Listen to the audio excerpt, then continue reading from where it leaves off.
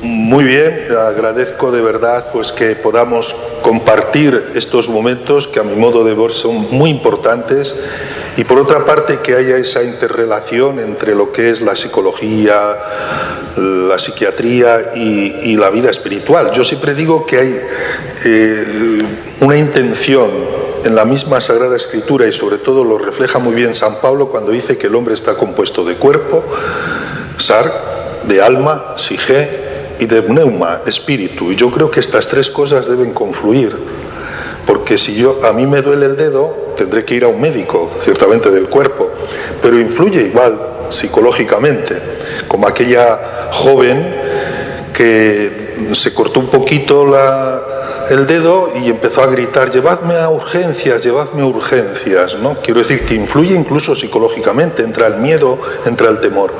Pero también esto viene sublimado por la vida espiritual. Yo creo que aquí es importante. Y el hecho de que hayan surgido estas diría yo, jornadas, y que ya llevamos cuatro cursos, 4 años, a mí me parece que es muy importante.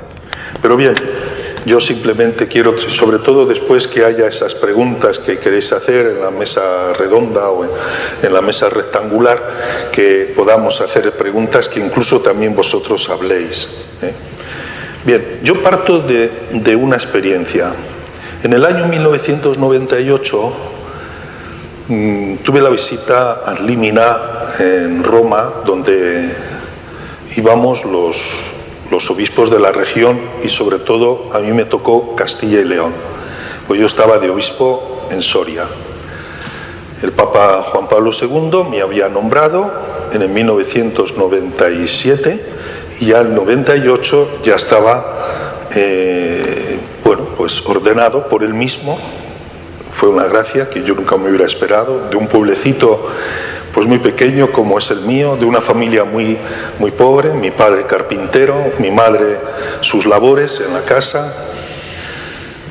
Y entonces recuerdo que nos invitó a comer, y a mí me puso a su derecha porque era el más joven, yo tenía 49 años. Y entonces pues mientras estábamos comiendo una comida muy sencilla, él solía invitar mucho a comer. Todo lo que comíamos era casi regalo, incluso aquel buen vino de Siena, y después un buen tiramisú al final y un capuchino. Bueno, el caso es que yo le hice esta pregunta: Santidad, ¿qué es lo que más le preocupa en estos momentos? Entonces, con aquellos ojos con los que miraba, aquellos ojos azules que tenía, entonces me miró y me dijo: ¿qué obispo más osado que me hace esta pregunta? Y entonces él comenzó a entristecerse, miraba como hacia el infinito y me dijo: lo que más me preocupa es el relativismo que hay en la sociedad. Y mire, voy a hacer una encíclica sobre este tema. Y es la que hizo. Es la primera vez que lo comunicaba a aquellos que estábamos allí, éramos 7 u 8 obispos. Fides et ratio. Si alguno quiere, yo he traído algunas, os la puedo ofrecer. Es profética, sin duda también su compatriota Bauman era polaco, ya muerto hace pocos meses, y él polaco. Es impresionante esta encíclica. La fe y la razón van juntas. Son 2 alas sobre las que debe volar lo humano. Y afirmar en el prólogo mismo. Pues bien, quiero exponer con humildad, pero con profunda convicción, que el ser humano en medio de una decadencia en sordina necesita como nunca creer, esperar y amar.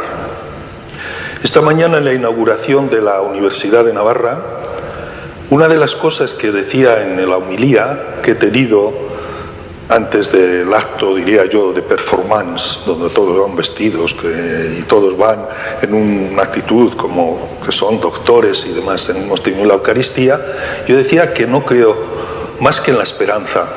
Ni soy optimista ni pesimista, porque humanamente Bueno, uno puede caer en el pesimismo y decir, esto ya no tiene solución. O puede caer en un falso optimismo. Bueno, esto no pasa nada, que es lo que está ocurriendo hoy día. Yo tengo esperanza. Y la esperanza es una virtud teologal, por donde anda Dios. Y en medio de esta sociedad, Dios está presente. Porque Él lo ha prometido. Yo estaré con vosotros hasta el final de los tiempos. El gran problema de hoy es que se ha perdido o se tiende a perder la auténtica identidad humana. Muchas veces lo digo, el Papa Benedicto afirmaba que un humanismo sin Dios es un humanismo inhumano. Y es verdad. Hace pocos días me encontraba rellenando de gasolina el depósito y me encontré con un camionero que me dice, usted es bueno y yo soy malo. ¿Cómo usted es bueno y yo soy malo? Sí, usted es creyente y yo no lo soy. Y yo le dije, no. ¿Y por qué no crees en Dios? Pues porque no lo sé. Digo, es que mira, tú crees en la paz, tú crees en el amor, tú crees en la libertad, tú crees... Y me dice, sí. Digo, pues que por ahí anda Dios, porque Dios es amor. Y se quedó así sorprendido. Y entonces al acabar le dije, pediré por ti y por toda tu familia. El hombre no se basta por sí mismo. Y dale que dale, hay un tsunami ideológico que mina lo más digno que hay en el humanismo auténtico.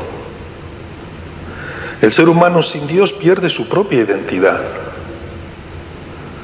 Por eso estos encuentros que realicemos en Roncesvalles me parece que pueden servir para ayudarnos a buscar juntos la medicina que sana a un ser humano que se encuentra enfermo y con muchas dificultades existenciales. Lo corporal, lo anímico y lo espiritual se ha de conjugar para sanar y curar ciertas circunstancias muy dolorosas que sufre el ser humano. Y yo tengo compasión. Yo creo que caer en una crítica fácil y pesimista no es.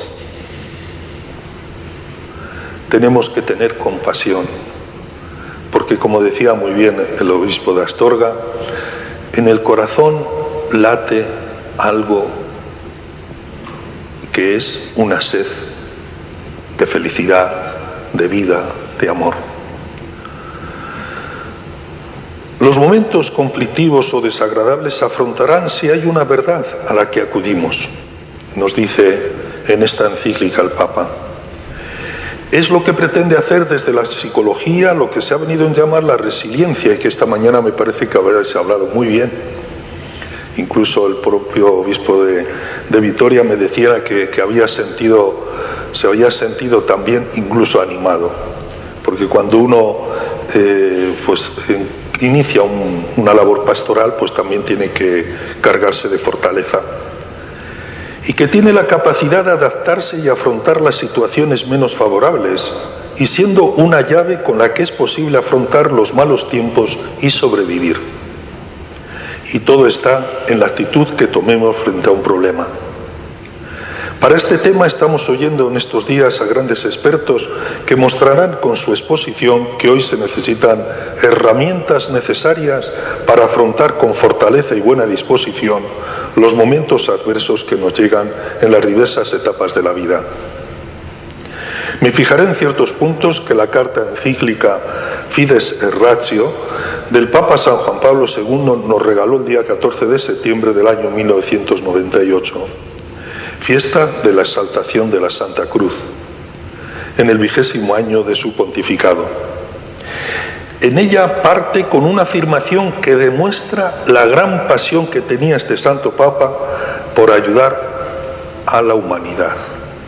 Y comienza así: la fe y la razón son como las dos alas con las cuales el espíritu humano se eleva hacia la contemplación de la verdad. Dios ha puesto en el corazón del hombre el deseo de conocer la verdad y, en definitiva, de conocerla a Él, para que, conociéndolo y amándolo, pueda alcanzar también la plena verdad sobre sí mismo. Cierro comillas lo que dice el Papa. Considera que la capacidad del ser humano es poder llegar a la verdad y a la plena, que es la única que permanece. Porque las verdades a medias son siempre mentiras, nunca son verdad. La verdad es aquella que tiene plenitud, que contiene en sí plenitud. Si no contiene plenitud, son ideologías, fenómenos que pasan rápidamente, se esfuman. Lo más urgente es hoy llevar a los hombres a descubrir su capacidad de conocer la verdad. El Papa quiere salir al paso de esta situación cultural que ha plasmado un modo de pensar según el cual todo es opinión. La verdad sería el resultado del consenso. Hoy me hablaban, por ejemplo, que hay un borrador de programa por parte de uno de los partidos de nuestro querido Estado español, que es horrible, me decía un canonista, horrible. ¿Y qué es lo que se pretende? ¿Y cómo salen ciertas leyes? Por levantamiento de manos, la opinión, el consenso. Y sigue diciendo el Papa San Juan Pablo II, esta tierra movediza, construir sobre arena del relativismo, crea incertidumbre que afecta a todos. Y las nuevas generaciones son quienes están más expuestas. Carecen de puntos de referencia o se les ofrecen propuestas que elevan lo efímero a rango de valor. De ahí que hoy los creyentes hemos de anunciar la verdad sin restricciones y sin complejos. Por todo ello, la Iglesia quiere afirmar la necesidad de reflexionar sobre la verdad y se lamenta de cómo se desfigura la búsqueda de la verdad en la filosofía actual que cae en el agnosticismo y el relativismo. Han surgido, dice en el número 5 de esta encíclica, han surgido en el hombre contemporáneo, y no solo entre los filósofos, actitudes de difusa desconfianza respecto de los grandes recursos cognoscitivos del ser humano. Con falsa modestia se conforman con verdades parciales y provisionales, sin intentar hacer preguntas radicales sobre el sentido y fundamento último de la vida humana, personal y social.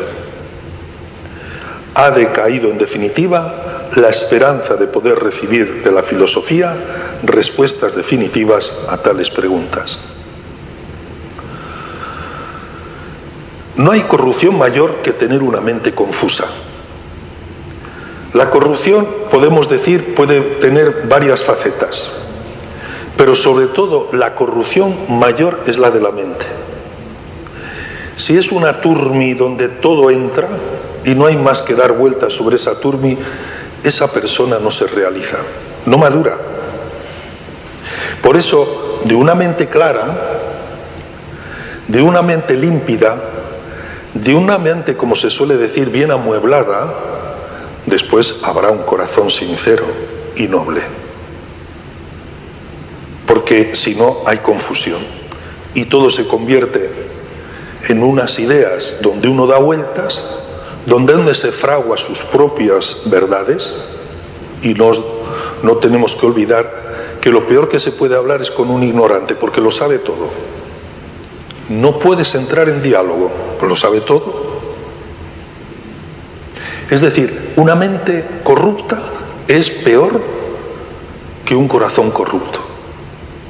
¿Por qué? Porque de la mente es donde uno, como cuando uno pues se pone la brújula, sabe dónde debe ir.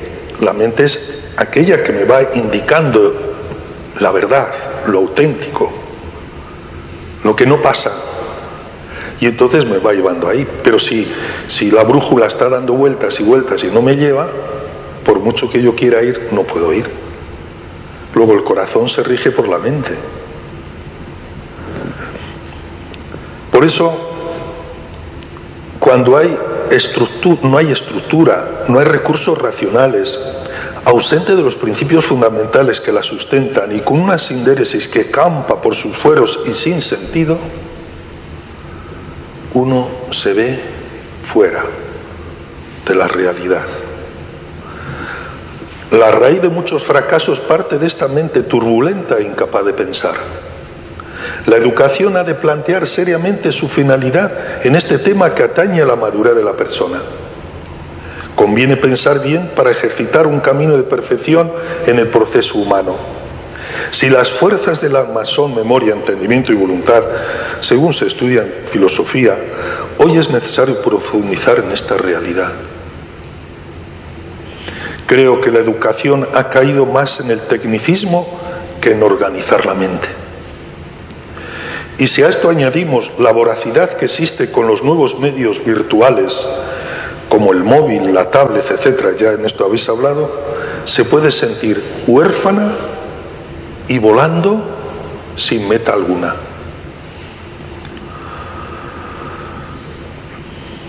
Los grandes místicos han dado en la diana cuando se reflexiona sobre este tema y recurren a la Sagrada Escritura como punto de partida y de llegada. Mis palabras son espíritu y vida. Esto es lo que ha hecho cambiar. Daos cuenta la experiencia, por ejemplo, de San Agustín, que era un veleta, hasta que orientó su vida. Si estos lo hacen, viendo la experiencia de personas sensatas que vivían en sintonía su vida y vivían sistis cur non ego, si esto lo hacen, ¿por qué no yo? Por eso hoy se necesita también testimonio de la fe, que demos testimonio de la fe. Mis palabras son espíritu y vida. Y por eso los más oyen de mejor grado al mundo que a Dios, y más fácilmente siguen las apetencias de la carne que el beneplácito divino. Ofrece el mundo cosas temporales y efímeras y con todo se les sirve con ardor. Yo prometo lo nuevo y eterno y los corazones de los hombres languidecen presa de la inercia. Más se gozan ellos en la vanidad que tú en la verdad y ciertamente a veces quedan fallidas sus esperanzas. En cambio, mi promesa a nadie engaña ni deja frustrado al que funda su confianza en mí. Mis palabras son espíritu y vida.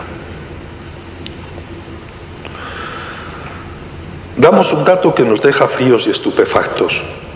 Pensemos cómo cada 4 minutos una pareja que un día prometió amarse y respetarse, en la riqueza y en la pobreza, en la salud y en la enfermedad, hasta el último día de sus vidas, se rompe para siempre en nuestra sociedad. La casuística es infinita y la estadística es demoledora. Hay 7 divorcios por cada 10 matrimonios en nuestro país. Y también han aumentado las rupturas entre mayores de 60 años, de tal forma que se han triplicado en la última década. Hay menos bodas, 3,4 por cada 1000 habitantes. El ghosting, ruptura abrupta en la que uno de los miembros de la pareja desaparece de la vida del otro de la noche a la mañana, sin dar explicaciones ni por supuesto ofrecer segundas oportunidades, se ha puesto de moda.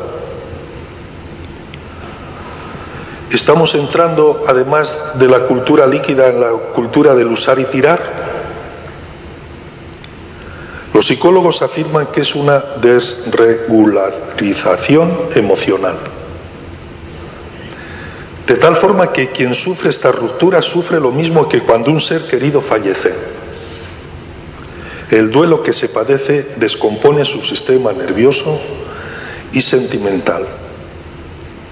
Las relaciones bien llevadas aportan armonía y estabilidad, no así las rupturas. Y bien que conocemos, y a veces de la propia familia. Siguiendo con las reflexiones del Papa San Juan Pablo II, él nos indica que aunque parezca paradójico, la razón encuentra su apoyo más precioso en la fe, mientras que la fe cristiana, por su parte, tiene necesidad de una razón que se fundamente en la verdad para justificar la plena libertad de sus actos. Es curioso constatar que en estos momentos hay estudios que están realizando en Estados Unidos expertos, como Paul Weiss o Bruce Buff, sobre los adolescentes en crisis y se pregunta si no es ya necesario recuperar la religión. Ellos mismos afirman que aumentan los casos de jóvenes que sufren depresión, ansiedad y problemas de salud al engancharse al sexo, a las drogas y a las redes sociales. Los suicidios siguen aumentando y más del 10% de los jóvenes está tomando antidepresivos. El aumento de los problemas de salud mental provoca tal deterioro, además, del declive de la fe religiosa. Más de un tercio de los jóvenes no creen en nada en particular. Este vacío ha sido llenado por el nihilismo posmoderno, combinado por la deconstrucción agresivamente enseñada en las escuelas y universidades de la creencia en la verdad objetiva, la bondad y la belleza. El relativismo moral ahora eclipsa el significado trascendente. Y se están preguntando, hay que recuperar la religión. Y el Papa, Papa Francisco, constantemente lo está recordando. Y se lo recordaba hace poco a unos universitarios. Si no recuperáis la verdad, la bondad y la belleza, estáis perdiendo el tiempo. Incluso ahora que ha estado en Bogotá, ha estado en Colombia, como sabéis, y ha sido una experiencia ciertamente profunda, donde se quiere buscar caminos de la paz entre los que han sido victimados y sin duda aquellos que han sufrido ser víctimas. Y entonces hemos observado que hay un punto fundamental que es lo religioso. No se puede perdonar si no hay una actitud religiosa. Es muy difícil. Y a mí cuando me preguntan, ¿cómo podemos recuperar el hecho de poder instaurar y restaurar la paz? Reconoce tu pecado, confiésalo, propósito de la enmienda y cumplir la penitencia. Esto que ha dicho siempre la Iglesia tiene una actualidad y es lo que el Papa, por así decir, ha querido que en Colombia, donde han sido asesinados miles y miles y miles de personas, que al menos se entre en la conciencia de saber pedir perdón, al mismo tiempo la víctima perdonar, pero también cumplir la penitencia, porque es de justicia y es de verdad. Y cuando hay justicia, verdad, amor y misericordia, se construye una sociedad, si no es muy difícil. Con sentido profético, el Papa San Juan Pablo II sigue diciendo y advirtiendo que el ser humano busca la verdad, pero esta búsqueda no está destinada solo a la conquista de verdades parciales, fácticas o científicas. Su búsqueda tiende hacia una verdad ulterior que pueda explicar el sentido de la vida. Por eso es una búsqueda que no puede encontrar respuesta más que en el absoluto, que es Dios. La decadencia de la religión provoca que no se valore la dignidad que da el hecho de que somos hijos de Dios y no se encuentra la autoestima que se fomenta en el llevar una vida basada en el amor y la verdad. La gran crisis de hoy es que se difumina la verdad y el amor. Bien, una educación sectaria como una enseñanza de la historia exenta de rigor y de verdad y una deformación de la realidad en el pasado y en el presente provoca una mentira existencial. En el fondo existe una falacia y es como quien quiere bañarse en una piscina vacía de agua. Cuando no se quiere entrar en la realidad tal y como es en sí misma, se abandona la búsqueda de la verdad por sí misma y se adopta como único objetivo el lograr la certeza subjetiva o la utilidad práctica. La opinión. ¿Dónde baso mi verdad? en lo que yo opine, en lo que yo sienta, en lo que a mí me parezca. El hombre nunca podría fundar la propia vida sobre la duda, la incertidumbre o la mentira. Tal existencia estaría continuamente amenazada por el miedo y la angustia. Se puede definir, pues, al hombre como aquel que busca la verdad. En el número 29 nos lo dice.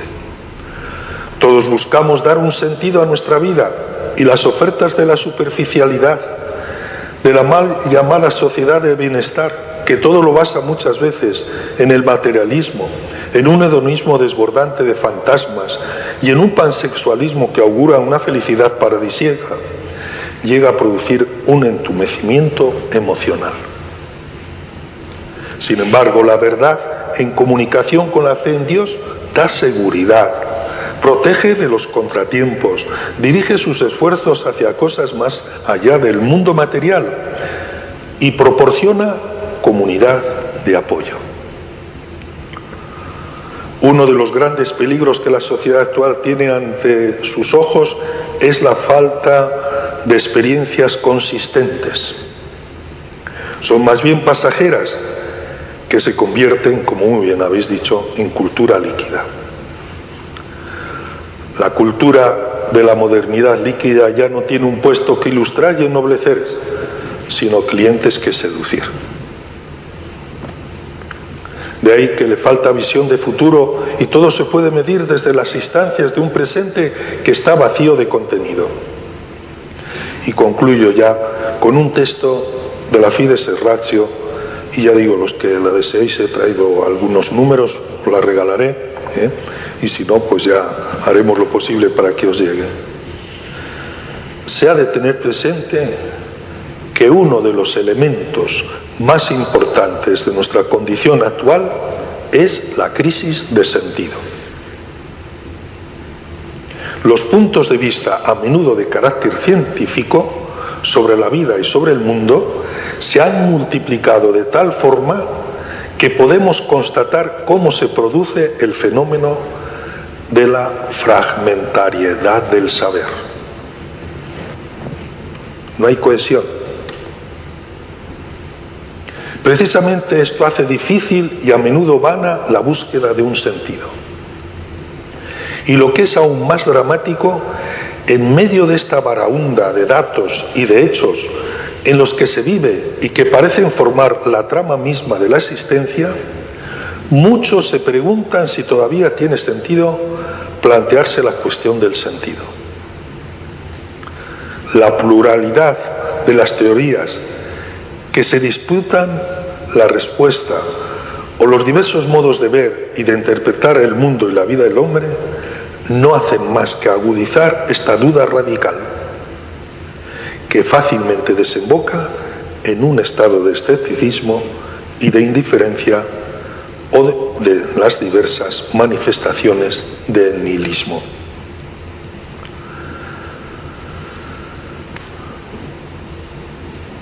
El hombre puede lograr conocer y comprender la verdad limpiamente por sí mismo, puesto que tiene en su interior las claves necesarias para conseguirlo.